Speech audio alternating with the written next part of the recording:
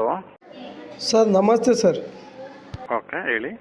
Sir KPTCL MESCOM BESCOM ಎಸ್ಕಾಮ್ದು ಏನು ಇವತ್ತು ಬಿಡುಗಡೆ ಮಾಡಲಾಗಿದೆ ಸರ್ 1:5, ಅದು ನಿಜವಾಗ್ಲೂ ಫೇಕ ಸರ್? ಅದು ವೆಬ್ಸೈಟ್ ನೋಡಿ, ವೆಬ್ಸೈಟಲ್ಲಿದೆ. ಸರ್ ಅದು ಇನ್ನೂ PDF ಬಿಟ್ಟಿಲ್ಲಲ್ಲ ಸರ್, ಅದು ಏನು ವೆಬ್ಸೈಟಲ್ಲಿ ಭೀ ಕಾಣ್ತಾ ಇಲ್ಲ ಸರ್, ಅದಕ್ಕೆ ಕೇಳಿದ್ದು ಸರ್. ಮತ್ತೆ ಇನ್ನೂ ಲಿಂಕ್ ಕೊಟ್ಟಿದ್ದಂಗಿಲ್ಲ.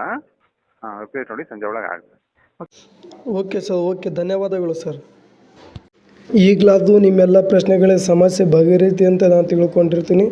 ತಾವುಗಳು ದಯವಿಟ್ಟು ಯಾರ್ಯಾರಿಗೆ ಮೆಸೇಜ್ ಬಂದಿದೆಯೋ ಅಥವಾ ನಿಮಗೆ ಫೋನ್ ಕರೆ ಬಂದಿದ್ದೆವು, ಇಮೇಲ್ಗೆ ಮೆಸೇಜ್ ಬಂದಿದ್ದು, ತಾವುಗಳು ಚೆಕ್ ಮಾಡ್ಕೋಬೋದು. 1:5 ಯಾರ್ಯಾರ್ದಾದ ಅವರೆಲ್ಲರೂ ಸಹ ಚೆಕ್ ಮಾಡ್ಕೋಬೋದು.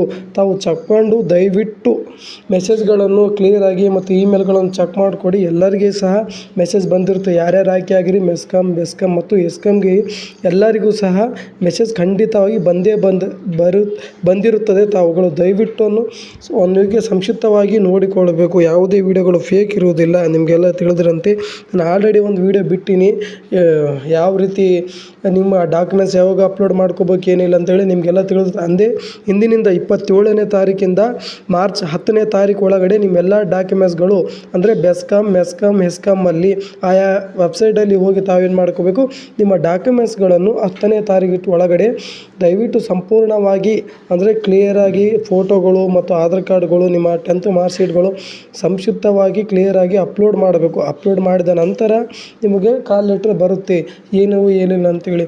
ಇನ್ನು ಯಾರ್ಯಾರಿಗೆ ಮೆಸೇಜ್ ಬಂದಿಲ್ಲ, ತಮ್ಮದು 10th ರಿಜಿಸ್ಟರ್ ನಂಬರ್ ಆಗಿರ್ಬೋದು, ಏನಿಲ್ಲ, ನನಗೆ ಸಂಕ್ಷಿಪ್ತವಾಗಿ ನಿಮ್ಮ ಸಮಸ್ಯೆಗಳನ್ನು ನನಗೆ ತಿಳಿಸಿ. ನಾನು ನಿಮ್ಗೇನು ಮಾಡ್ತೀನಿ, ಬಗೆಹರಿಸಲು ಪ್ರಯತ್ನ ಪಡುತ್ತೇನೆ. ಇಷ್ಟು ಹೇಳುತ್ತೇನೆ, ಇಲ್ಲಿ ಮುಗಿಸ್ತೇನೆ.